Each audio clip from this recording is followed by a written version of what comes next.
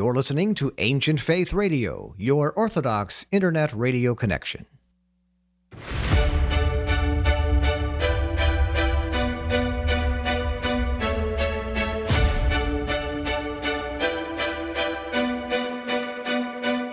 Welcome to Live with the Louhs with your hosts, Father Nicholas and Dr. Roxanne Louh, where we will connect our Orthodox faith to day-to-day living and relationships to our family, our work, and our view of ourselves.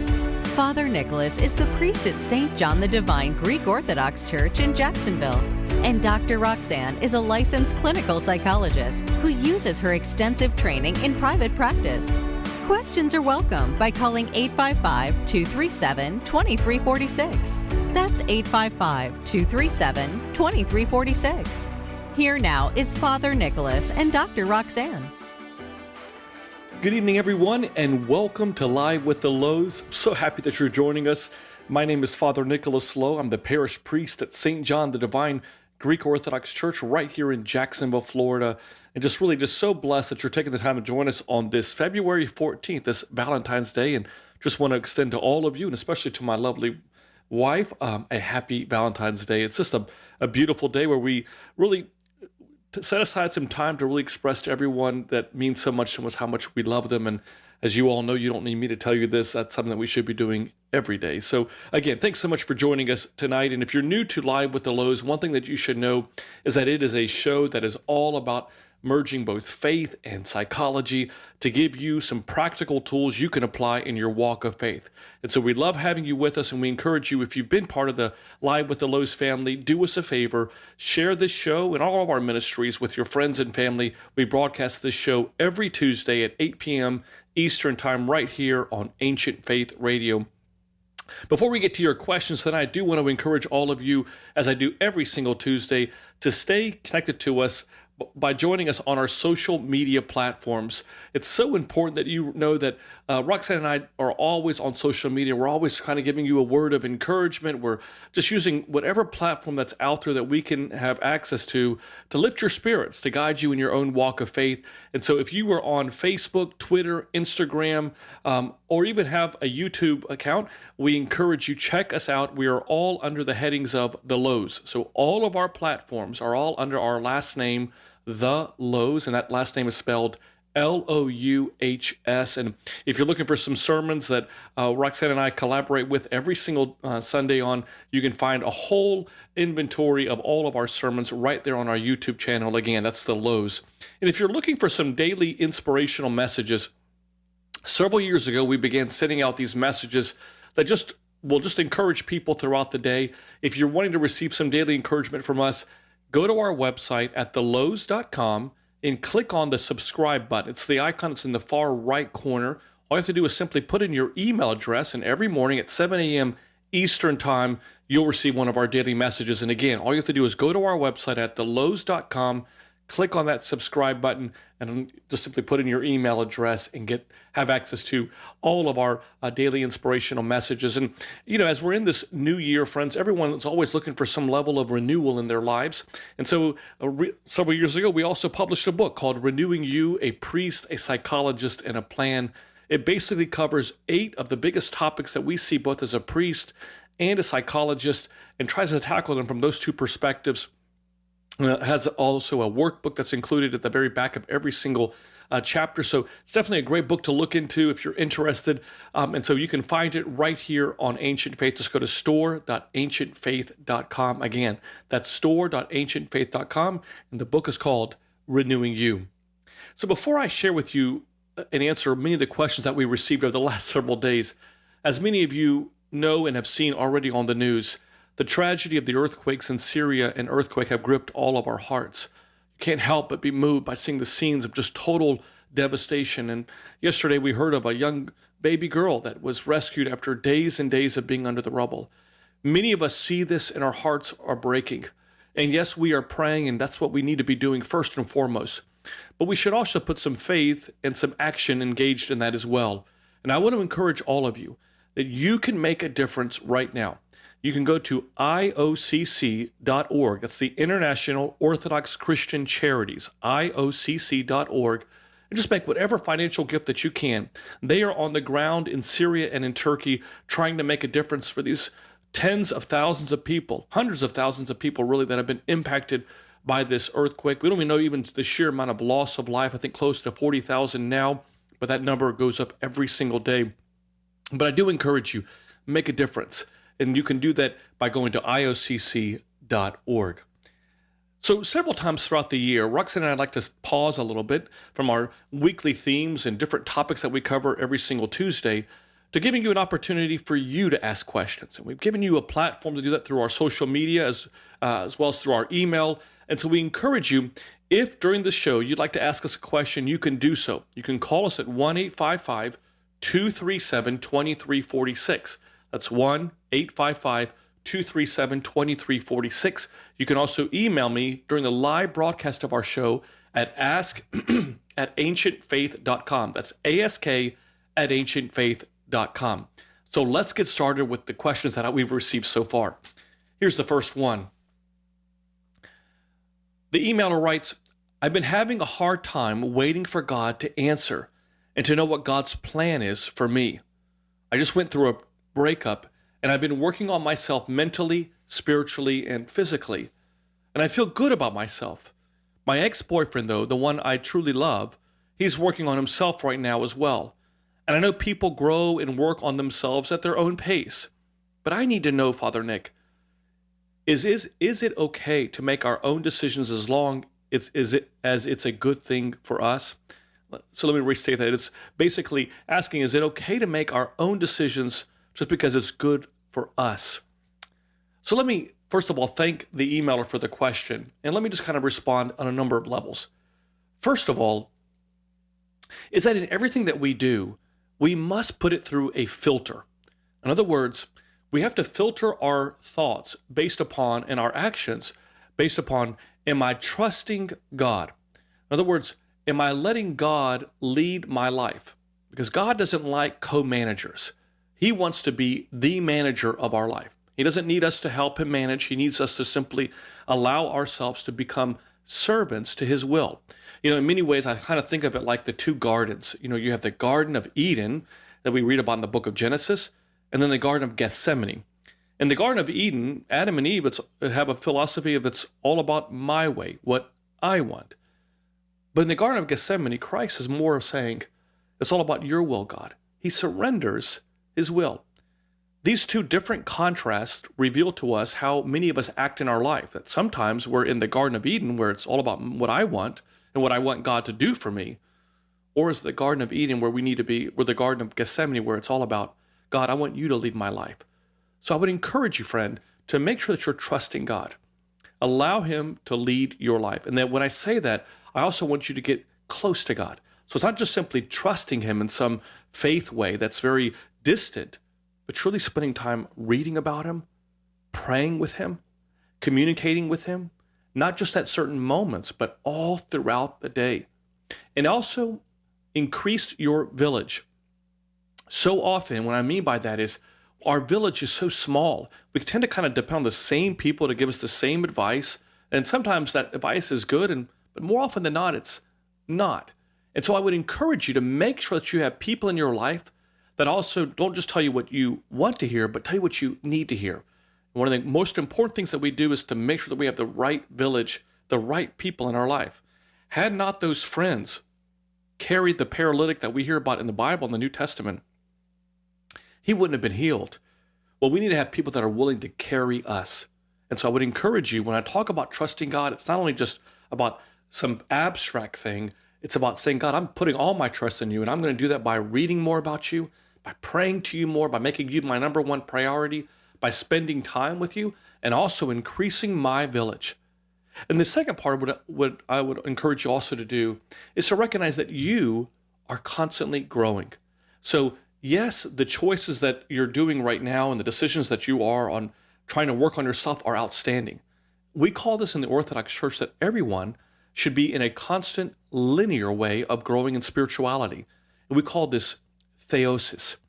Theosis is a constant drive that each of us has as Christians. In fact, it was the goal, if you will, of what many of the church fathers speak about in the early centuries after Christianity. where they would say that we need to constantly be evolving, growing, and doing all that we can to look more and to fulfill and to be more like that of Christ. St. Athanasius says that God created man so that we would strive through theosis to become more like God.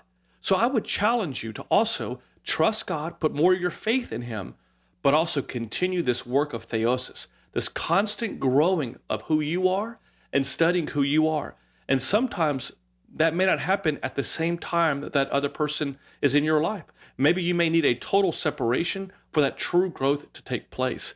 But that's why it's so important for you to have that village and to have a priest that you can communicate with and discuss those issues with you. But thanks so much again for that question. I hope that that was a good answer for you. And again, if you're just tuning in, our show is dedicated to answering your questions on this Valentine's night. And so we encourage you, if you have a question, please don't be shy. You can send me an email question by going to just simply emailing us to ask@ancientfaith.com. Just send the email to ask@ancientfaith.com. Or you can call me at 1-855-237-2346. That's 1-855-237-2346. And as always, you can always share in the comment line on our social media platform on the Louhs. You can simply send the comment. We'll be more than happy to do our best to answer those questions. But here's the second question that came in. The question is this. It's a question that maybe many of you may have yourselves. It says, is it possible that some people are wired to be more pessimistic than optimistic? So again, are some people wired to be more pessimistic than optimistic? The short answer to that is yes, but with this big but caveat, but optimism can be learned. So one of the things that are so important, and we talk about this a lot on our show, is the importance of your thoughts. This cannot be understated, friends. I mean, the Bible is constantly telling us to guard our mind, to recognize the power of our thinking. We oftentimes say, show me the way you think, and I'll show you the way you're going to be living. If you want to know where you're going, look at the narrative that you keep telling yourself today. And so our thoughts are constantly shaping us. And so that's why in the book of Philippians, St. Paul says that we need to be thinking about healthy thoughts, thoughts that are pure, filled with joy. So we have to, number one, reframe our thoughts. In other words, we've got to take an opportunity to say, what am I truly thinking about? Understand my thoughts, because maybe some of those negative thoughts, maybe there's an underlying issue that has not been resolved that I'm continuously going to have, no matter how optimistic I'm trying to be, because there's an unresolved issue in my thinking. There may be something that I need to address that I have not addressed. So number one is reframe your thinking by studying your thoughts. So if you're constantly negative towards your spouse, maybe it's something that you need to be looking at is, why am I doing that? What is bothering me about what they are doing? And truly take that time to study that. So yes, I would encourage you, number one is to make sure that you're reframing and studying your thoughts, understand why those thoughts are the way they are. And then number two is constantly do what the Bible says in the book of Corinthians, is held captive those thoughts. And what I mean by that is, if the thought is not allowing you to grow, in other words, if the thought allows it to be simply a period in your life, in other words, where you're constantly just thinking about the thought, but it doesn't transform you or challenge you to do something about it, then be careful, because that could become a spiritual battle that you're engaged in. And a lot of times people lose the battle, not in just the thought, but the inability to act productively with that thought. So that's why the Bible says, totally hold captive those thoughts. And if those thoughts are not catapulting you or motivating you to do something with it, then it becomes a spiritual battle, and oftentimes you can lose the battle simply in what we call ruminating. You just simply think and think and think without any production in your own life. So make sure that you're, number two, holding captive those thoughts. And then number three, I would tell you, is transform those thoughts. So instead of focusing on what you feel, the third part about transforming is what am I going to put in my mind to do something about? In other words, what am I going to put into place to do something about that thought? Because again, If I don't, it'll simply be a period when God says, I need you to have it to be a comma. I need you to have that thought. You have that thought. You can't control that. But what am I going to be doing about it? And let me just kind of digress a little bit. One of the big themes that we're going to hear during Great Lent, as we're only just a couple of weeks away about, is this notion of discernment. Discernment is powerful, friends. It is being able to decipher what is healthy and what is unhealthy and do something about it. So one of the things I would encourage you just to pray on your own is pray for a level of discernment. Like, God, help me to discern what I'm thinking about and to be able to decipher, do I need to hold this thought captive? And if so, how am I going to transform that thought to be something that motivates me to do something about it? So I hope that's helpful for that second question that we got. And again, I invite all of our listeners, if you'd like to call in, you're more than welcome to do so. You can call in at 1-855-237-2346. That's 1-855-237-2346. You can also email me a question at ask@ancientfaith.com. That's ask@ancientfaith.com. Here's a third question. This just came in just now. Excuse me. It said, the question is from one of our loyal listeners. It says, I have heard it said that visualizing happy, joyful moments for 20 seconds during times of stress or anxiety can actually rewire your brain to have a new pathway and less fight or flight. Is this correct, Father Nick? Well, a big thing with that is that I would say initially that I'm not too sure about that.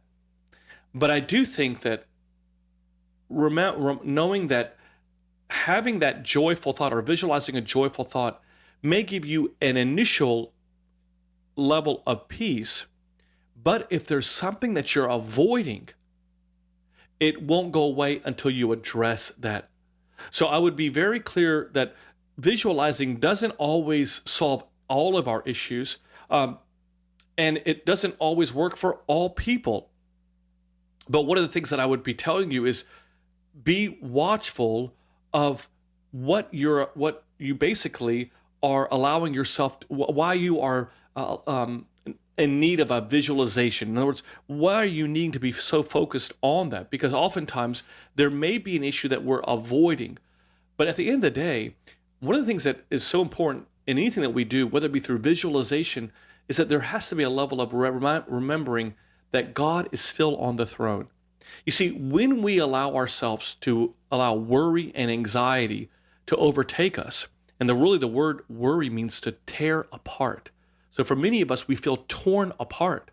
So what keeps us from that is not just something that we're visualizing on, but more importantly, it's through remembering the knowing that God has to be the number one part of my life. That when I give it up to God, when I trust in God, as we were sharing earlier in that first question, that I'm allowing God to run my life. See, God does not want to be a resident in our life. He wants to be the president over our life. In other words, he doesn't want to simply be part of our life. He wants to be running our life. And so one of the challenges that we have is that I have to recognize that if I'm putting all my faith in God, that I have to recognize that God has not promised me to have a perfect life. In fact, he tells me over and over again that this life is going to lie to us. And let me just digress a little bit, friends. Sometimes we as Christians want to make earth heaven, but earth cannot be heaven. Heaven is heaven. And sometimes we become so disappointed, we lose that joy in our life because we're trying to make something that was never intended to be that way, to try to be that way. We're trying to make earth be heaven. And what God is saying is, no. We're living to go to heaven. We're living for heaven. But I cannot allow myself to get caught up in the worries of this world, because what they end up doing is end up being weights on my walk of faith that keep me from being the person that God needs for me to be. It's so important that you recognize that I need to take the time to recognize that if I'm allowing worry to control my life, then it becomes the leader over my life. So yes, visualizing happy thoughts, or really more importantly, I would say visualize Christ, the icons of Christ, visualize him on the cross, visualize him resurrected after 3 days for us. Visualize him in the Garden of Gethsemane saying, it's not my will, Lord, Heavenly Father, but if you want me to take this cup, I will take this cup. Visualize those kind of things and recognize that he has us, as the old song goes, in the palm of his hands, that he's controlling all this. And we as Christians, we have to remember that we are in a win-win situation, that God, through the cross and through the tomb, has promised us a life that's where there's no pain, no suffering, no sadness. Exactly what we hear about in our memorial services and at funeral services in the Orthodox Church. So I hope that's very helpful for you. Here's another question that came in earlier today. It said, Father Nick, we've been married for 20 years, and I honestly feel like my marriage is on life support. This email, I have to tell you, really broke my heart. She goes on to say that my husband and I are constantly arguing. And one of the main reasons that whenever we get together, we just cannot stop arguing. And so one of the things I would say to you, and basically she's basically in need of some guidance on this. And so one of the things I think that is so important, and we'll spend a little bit of time on this in the latter half of the show, is that for many people, we don't know how to fight right, or we don't know how to argue right. Arguing is part of in any relationship. We see the disciples argue. We see constant debates that are going on in the book of Acts. We see that even amongst the church fathers and the saints. So arguing is not necessarily bad. Actually, it's basically telling you that what you feel about something needs to be shared and expressed. What oftentimes happens, unfortunately, is how we do it. Because I was talking to someone recently, we're talking about the fact that, we're debating whether or not that, when I speak to my wife, Father, I'm not yelling at her, although the wife feels like she's totally being yelled at. So sometimes we may have very legitimate reasons for why we are upset, but because we don't communicate right, as a result, we end up fighting in an incorrect way and oftentimes prolonging a resolution because we haven't really learned how to fight right. So let me give you some what I call ground rules in the way in which we fight. So number one is we have to stop name calling and stop yelling. These are so powerful. Many people may not always remember what an argument is about, but they will always remember the names they were called in that argument. If I was to ask you, do you remember the most hurtful things that your spouse has told you in the time of your marriage or in a relationship, even amongst friends, you would know it. It wouldn't take you much time to thought about that because words have tremendous power. They can cut us like a knife. And so sometimes what we say, sometimes in a fit of rage or anger, will last much, much longer than the resolution of an argument. So with every negative statement you say, remember me telling you this, it'll take at least, studies say, 7 to 10 positive statements to simply get you back to where you were prior to making that negative statement. So again, for every negative thing you say in an argument or when you're fighting, it takes 7 to 10 positive statements to simply get you back to where you were prior to that argument. Number two is remember what we call, Roxanne and I called this, and we've used this in our book, Renewing You. We have a whole chapter on marriage, is remember the 22-minute rule. That basically, in a fit of rage and in a fit of anger, the blood that races to our brain, oftentimes to the frontal part of our brain, but really to the entire part of our brain, but to the frontal part of our brain, which really is responsible for deciphering rational and irrational thoughts, rational statements and irrational statements. All of that, during that time when we're in a fit of rage, oftentimes the blood that's racing there is flooding our brain. And they actually call this in psychology flooding. It's so bad that our brain does not have the ability to make rational thoughts and will end up saying things and doing things that we would never typically do. And you may even hear people say afterwards, I can't believe I did this or I said this. I don't know what I was thinking. And that's the truth because you weren't thinking at all. So make sure that you remember the 22-minute rule. So number one is never raise your voice, never use curse words. Number two is remember the 22-minute rule. In other words, take a break for at least 22 minutes when you're in that anger, to allow the blood to come back. It may go from 22 minutes to 45 minutes, but afterwards, if it becomes longer than an hour to an hour and a half, it's that time that you're taking, because some people have said to me, well, Father Nick, I'll take off the whole night. I won't talk to my spouse. Well, what ends up happening is that after a certain period of time, it no longer allows you to calm down. The result actually can be that one of resentment, that the person feels that, oh, if you're not going to come talk to me, then I'm going to give them the silent treatment. And then we have this seesaw effect. And again, nothing gets resolved. So what I oftentimes tell our people that come to me for marriage counseling is I'll give you 22 minutes, but nothing more than an hour and a half to come back. And once you come back together, this leads me to my third point. I want you to tell that person what you need, not what they did wrong. And this is where you have to watch your mouth. You have to watch what you're saying. So what I really need is this. Not, you're always this, you never do this, I can never trust you in this. Those types of sentences, all they seem to do is once again go back to that flooding that we talked about in step 2. So you want to be able to tell people ultimately what you need. I really would love to spend more time with you.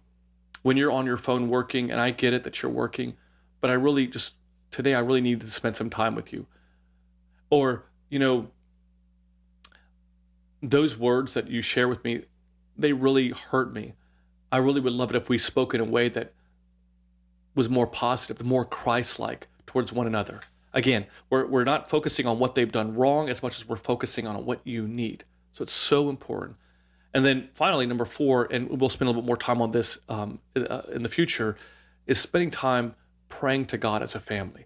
You've heard it said, a family that prays together stays together. And so I just would encourage you to make sure that you're taking the time to pray together, like legitimately every single day as a family, to spend that time to simply going, hey, I want to just tell you how I want to speak to God. And sometimes that could be outwardly. You could be with your spouse at the same exact time. Maybe it could be something that you verbalize together, but it's something that you're communicating as a team together. And just basically making sure that God is in and working in your life in a way that you're making him number one in your life. So I hope that that's helpful for our emailer. Once again, I just want to invite you, if you'd like to ask me a question, you've got some time to do so. We've got about 30 minutes left of our show. We would love to hear from you. You can call me at 1-855-237-2346. That's 1-855-237-2346. You can also email me a question at ask@ancientfaith.com. That's ask@ancientfaith.com. So here's another question that came in earlier today. It said, Father Nick, I know that today is Valentine's Day, and it's supposed to be a happy day for so many people, but I'm not happy because I can't seem to find the right person in my life. I really want to find that Mr. Right, but all the men that I meet seem to be only interested in one thing, and that's the physical relationship. To make matters worse, the church that I go to doesn't really have a young adult program, so it's really hard to meet people my own age. And let me just share with you, to those that are single that are tuning in tonight, that is difficult. And I apologize. I think that for so many people, and really our society as a whole, we've kind of made it seem like you have to have that other person in your life, that married, to be married in order to be whole. But let me be very clear with you. Do not surrender what the blessedness that comes in being single. Now, I know that do not mistaken that I believe that many people are called to be married, but there is also a blessedness in being single, in the sense that you read the scriptures, and many of the disciples were single. Christ himself was a single in his life. And one of the things I think that I would encourage you is, God may have in your heart for you to be married, but in the meantime, what I want you to do is to focus in on being the one instead of looking for the one. In other words, be the one that God has created you to do and to be. And as I mentioned earlier, be the one by becoming more and more like him. In everything that you do, draw closer to Christ. He knows what's on your heart. He knows what you ultimately need. And sometimes when we take matters in our own hand, when we try to find that Mr. Right or that Miss Right, or we end up doing things that in a really, unfortunately, in a very quick way or in a rush way because we feel some pressure on ourselves, we can make mistakes that we'll regret for a long time. So I just want to encourage you to remember this. Instead of looking for the one, be the one. Be the one that God has created you to be. I think it's so important that we remember that. Just to kind of build on that is that, one of the things that, I encourage you to do is also set some goals for yourself. Set some goals, what I call the goal of fives. So set some goals for 5 weeks, 5 months, and 5 years from now. And those goals should be they should be filtered in this area. In 5 years from now, where do you want to see yourself spiritually, emotionally, and relationally? Again, 5 weeks, 5 months, 5 years, and write those down. It's so important to journal these things, by the way. Journaling is probably one of the most powerful things that you can do. So write these things down in a very, concrete way and specific way. Is where would I see myself spiritually? Like, what would I like to accomplish? Relationally, what kind of relationship would I like to see myself in? Not just who, but with, what does that look like? And also professionally, like what are my ultimate goals in my life? What kind of individual goals would I like to see for myself? So again, I hope that is helpful. And as we've been talking about, I do encourage you all to call us if you've got a question at 1-855-237-2346. That's 1-855-237-2346. You can email me a question at ask@ancientfaith.com. That's ask@ancientfaith.com. And we're going to take a quick break. And I've dedicated the second half to our show, not only to answering your questions, but I thought because it's Valentine's Day, maybe I can all give you guys a little word of encouragement about what Valentine's Day is all about. So we're going to take a quick break, and on the other side of this break, we're going to delve into how do we have some relationships that truly are growing in the way in which God desires for us. So stay right with us here on Ancient Faith Radio. Live with the Louhs with Father Nick and Dr. Roxanne will be back in a moment. Give them a call at 855-237-2346. That's 855-AF-RADIO. They would love to hear from you.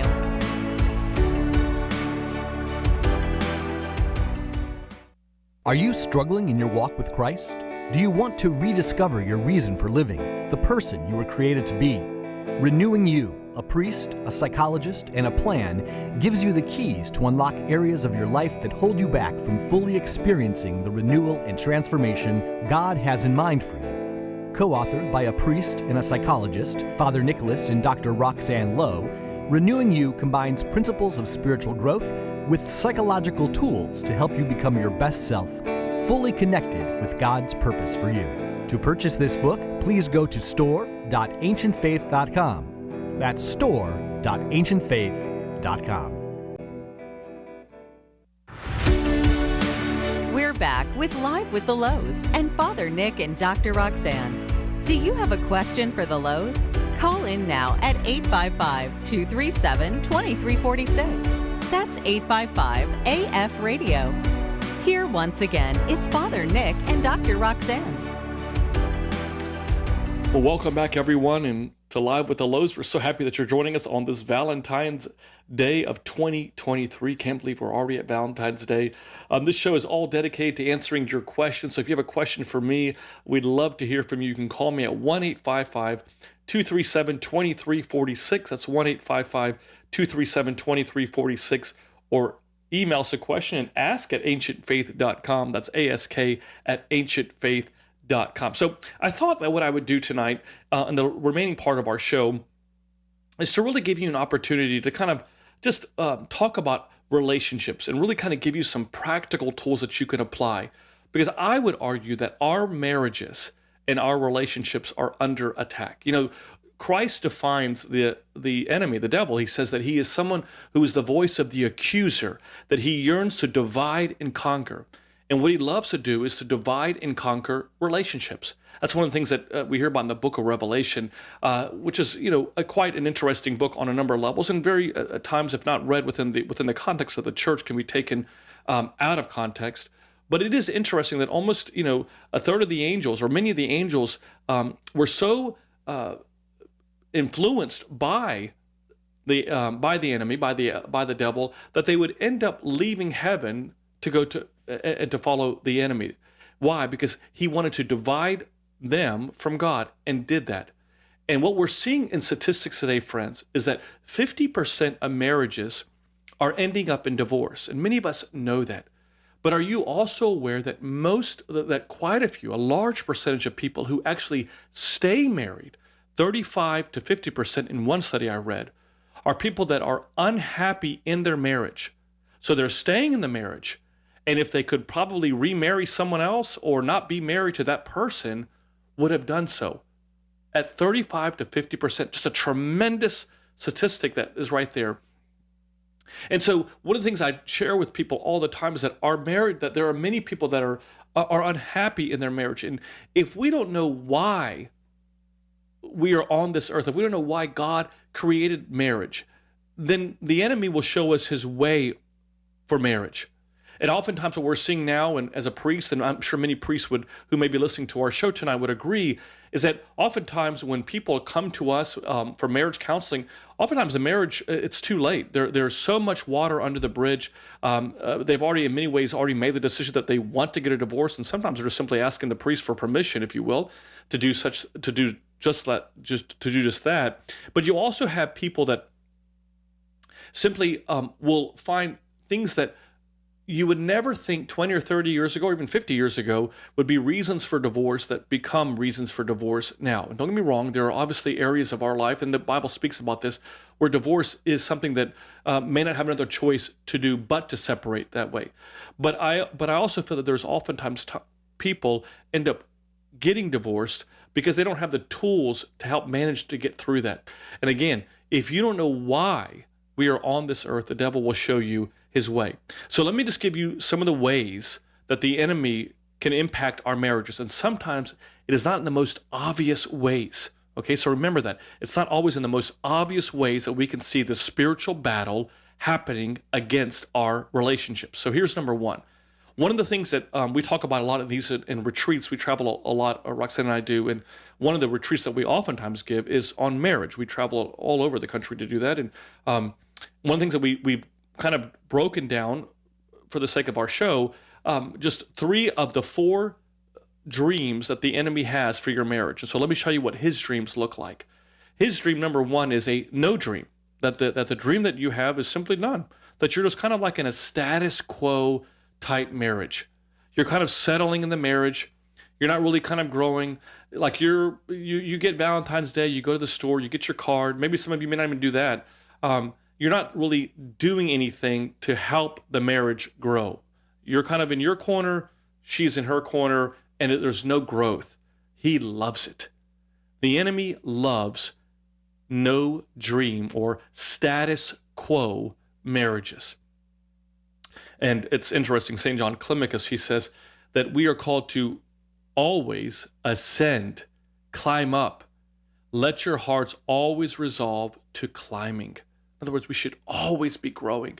And so I always tell people, where your marriage is today is not where God wants it to stay. Where your marriage is today is not where God wants it to stay. I'll give you some practical ways to do that. Here's another dream that the enemy has. And again, we could list many of them.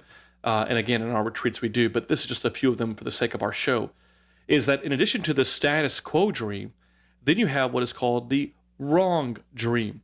And what I mean by the wrong dream is that many people have bought into this lie about what marriage is in this world. And so they think that the purpose of marriage is simply for us to have some kids, make a whole bunch of money, retire, and then that's it. And we bought into this lie that everything is based on a value or on a identity.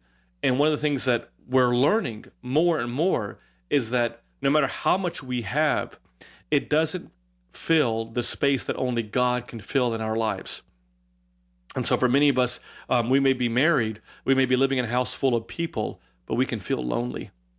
I know many spouses that will say that, my husband is a great man. He's all about work, but we're not really enjoying it.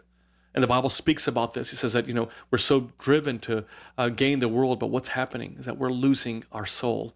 And I would argue that a lot of that is because we have a wrong dream that we bought into.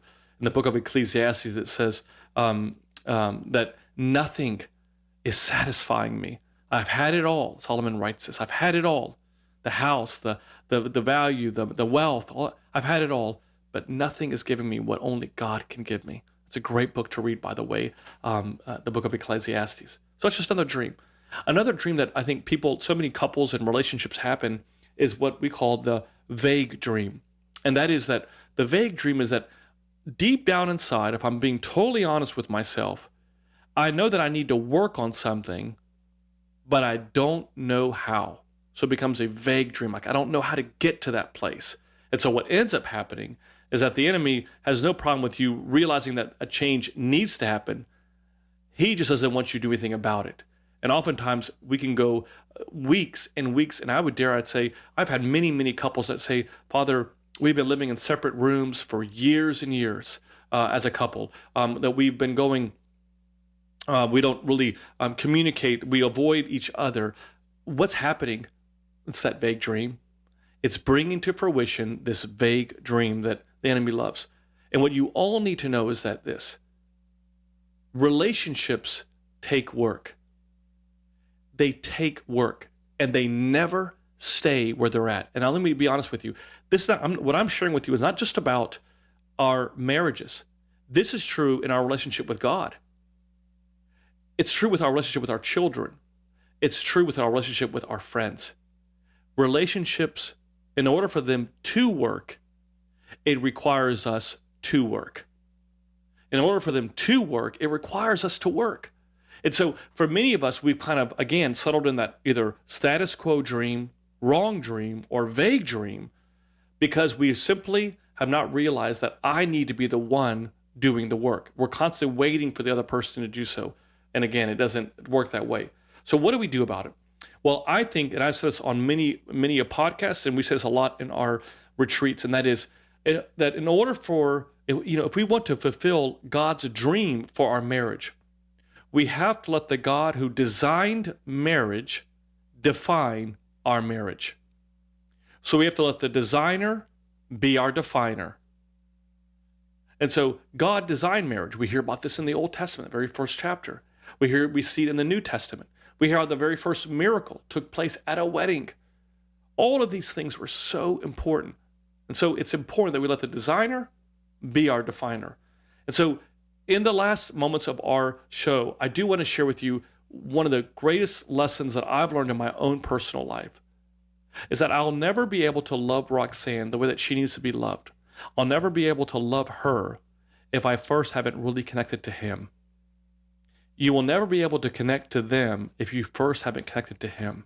And what I mean by that is connecting to Christ, because he is the most perfect spouse. He is the most perfect groom. For he shows us in his life, not just in his words, but in his actions, what marriage should look like. And so in order for us to truly spend and recognize what our love story should look like in our own personal life, we have to read the greatest example and the greatest story that we've ever been told about love, and that is of the scriptures. So let me give you a couple things that I want you to do. One is to kind of go back earlier to what we were talking about in the previous questions is I want you to take time every day to be with God.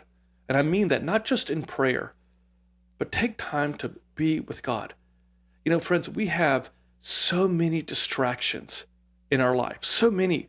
It's our cell phone ringing with our text messages. We have our social media. We have our work. We have our own negative thoughts that we have, going on in our mind. I mean, we're constantly being filled in our mind. And sometimes what I like to tell people is that if you can't hear God, it's because he can't get in to the sound of what's going on in the stadium of your life. If you've ever been in a stadium, you saw the Super Bowl this past weekend, there's just so loud that sometimes you can't even hear the person who's right next to you.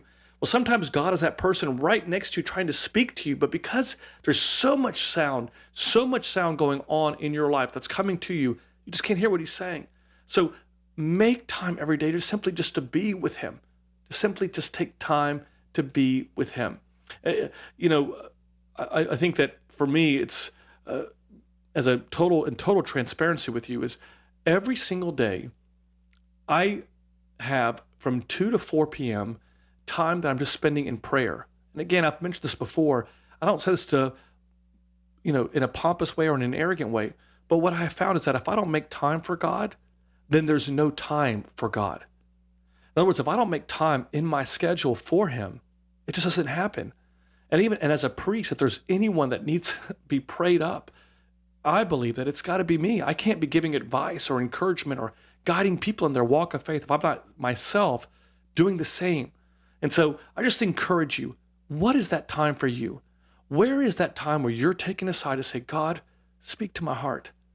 Help me, Lord. You are my comforter, the Spirit of truth. Come, as we say in the Orthros or in the Matin service, come and dwell in me. When is that time for you? Because if you don't make time for God, then there's no time for God. Number two, I would encourage you is not only just taking time to be with him, is taking time to be and to grow in him. So take time to be with him, but take time to grow with him. And what I mean by that is taking time to pray. I know this sounds so redundant. It's so kind of like you hear this all the time. But in any relationship, it requires communication. How can you be in a relationship with someone that you're not really talking to? So I encourage you today, like tonight, or whenever you're listening to this podcast, pause the show right now and just simply take time to just connect to God. Like take a moment to simply connect with him, because you can't be in a relationship with someone that you're not talking to. And not only talking to him, but listening to him. God, speak to me. What do I need to hear today? I love one of the prayers that we say during our divine liturgy. It says, Lord, this is one of the prayers that we say as we're kneeling during the divine liturgy. In some Orthodox churches, they kneel during the divine liturgy.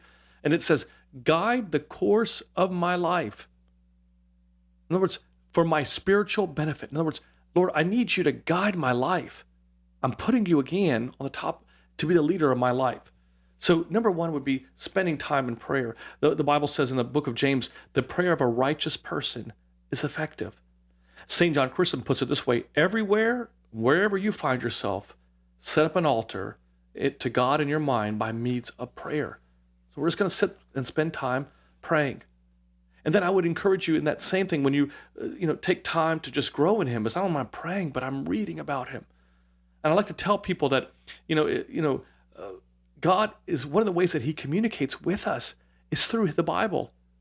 And I would encourage you to read about him. Be purposeful every day. That's why we have this beautiful Bible study that we have within a year, that you could read the scriptures, the daily readings that we have. So be purposeful that every day, non-negotiable, I'm reading about him.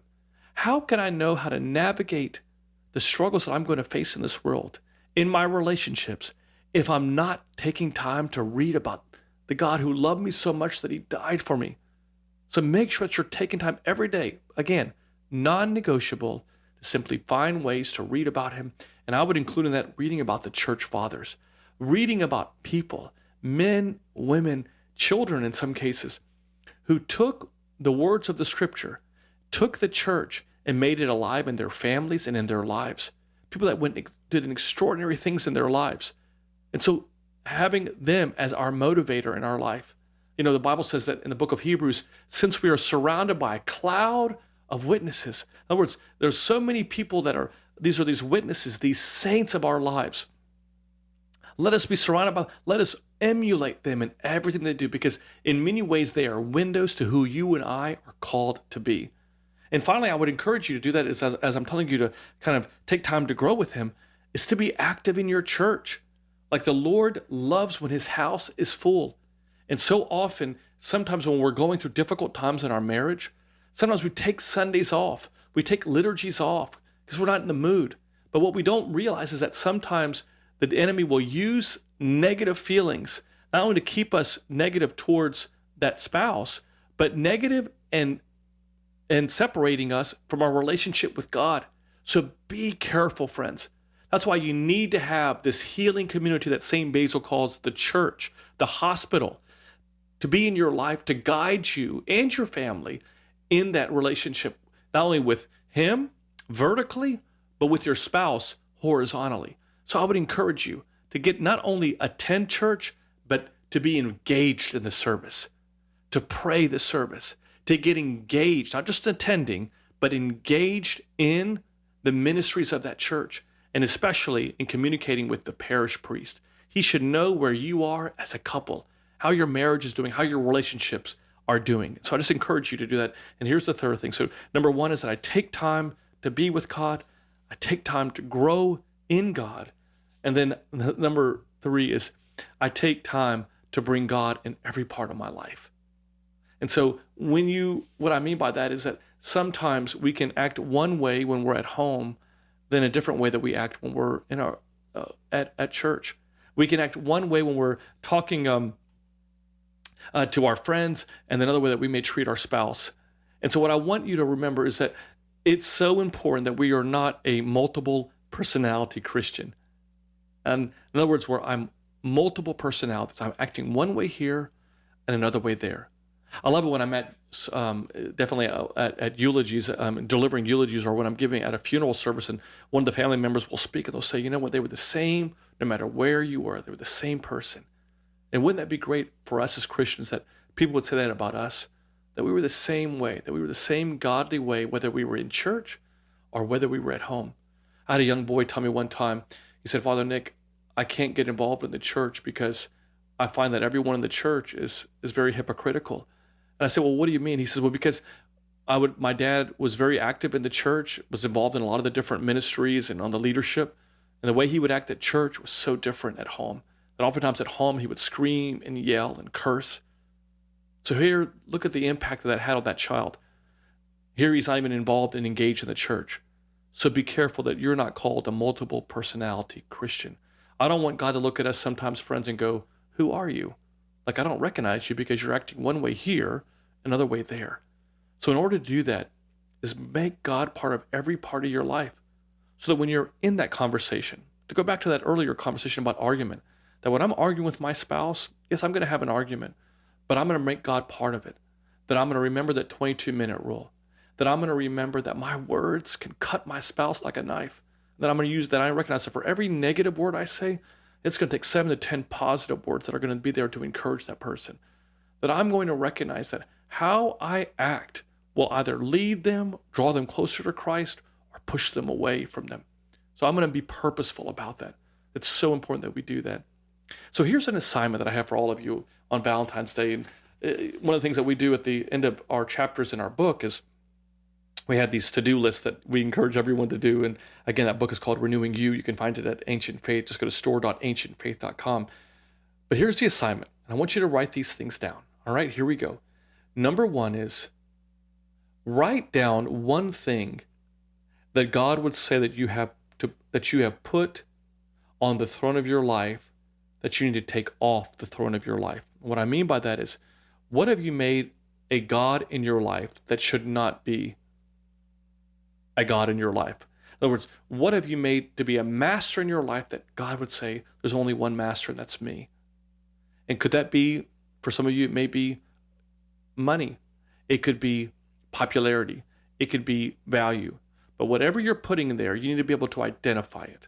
And especially during this season of Great Lent, as we begin this season of Great Lent in just a couple weeks, it's not just about the fasting. And you all know this because I'm sure many of you practice fasting. It's not just about the food and the meat and the dairy products. Those are all important. Those are all really tools. But the end goal is that I'm taking time to reflect on me. And I'm realizing, what would God say? Hey, stop doing this and start doing that. And so what do I need is take off that throne that's been up there too long. And maybe for some of you, it's anger. Maybe for some of you, it's unforgiveness. But whatever it is, the only thing that should be sitting in that throne is Christ.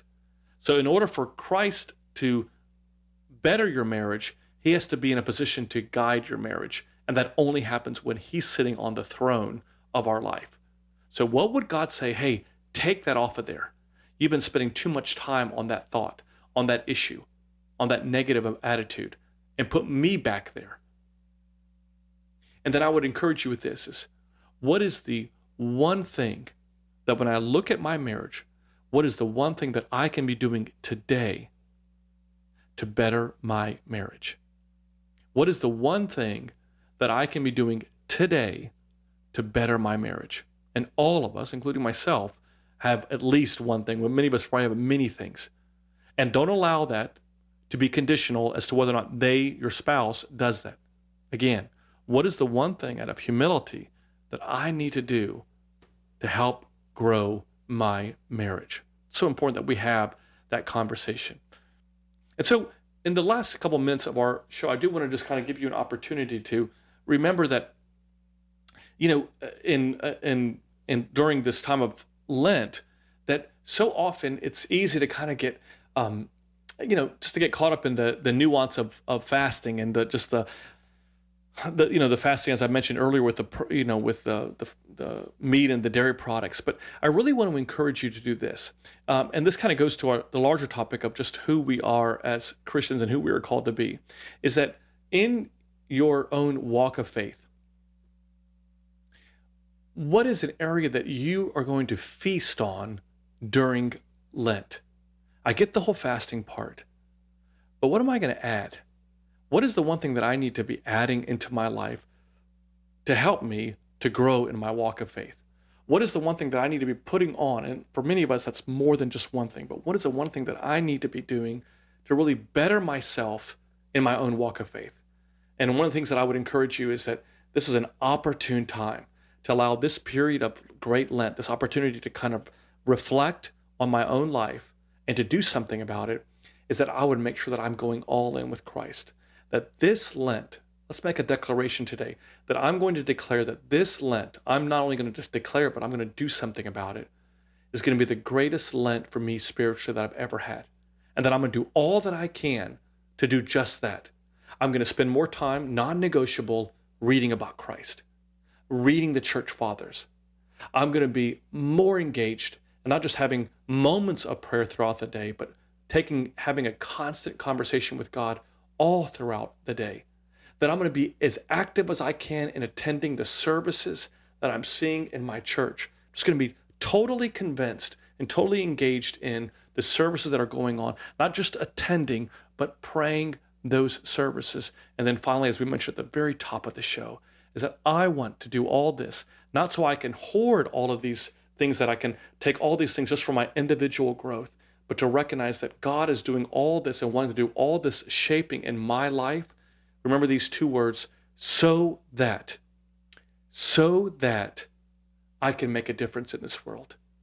So God is shaping my life, doing all this prayer, this reading, this worshiping, so that I can be a difference maker in this world, that I can see the world the way God sees the world, that I can see the tears, the sadness, that I can see the needs of this world, and I myself could be a difference maker, wanting to make a change in this world. And I believe if we do that, friends, I believe that if we truly do that, that we honestly could have this great Lent be the greatest spiritual point and greatest Lent that we've ever had in our lives spiritually. So I encourage you all to do that. I do want to take this opportunity, as I do at the end of every one of our shows, to tell you about our next show, and that is next Tuesday. We're going to spend the entire hour talking about our clergy and their families. Many people don't really realize just the impact of what clergy go through. And in fact, for many clergy, to kind of express any type of vulnerability or any type of weakness or in need of something is something that oftentimes can seem as some sort of a weakness. That they're lacking in prayer or lacking in their spiritual life. And so many of them internalize this, not only just individually, but even the family themselves.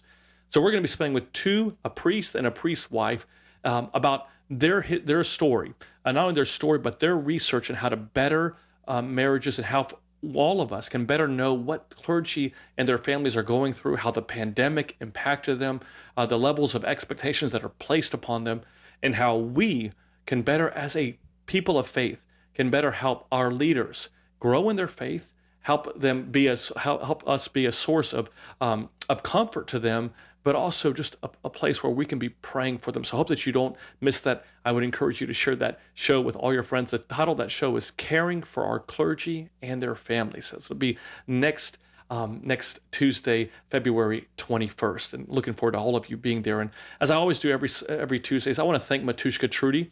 We're going to welcome Father Tom Soroka on the show in just a few moments. But before he gets on, I do want to just thank Matushka Trudy. She is the producer of actually all of the shows here at Ancient Faith and does an extraordinary job in doing so, and just really takes the time to kind of guide us and to make sure that we do what we need to be doing to make the shows as productive and as inspirational as they can be in all of your lives. And so thank you to Matushka Trudy. And again, if you're looking for those daily words of encouragement, again, I do encourage you to go to our website, thelouhs.com, and click on that subscribe button. You'll receive our daily inspirational messages. And to listen to our sermons, go to our YouTube channel and subscribe to it. It's called The Louhs. And Father Tom, are you online yet? Hey, Father Nick, how are you? I am great, Father Tom. So great to hear your voice, and so I'm glad that we were able to do this. We were talking about this last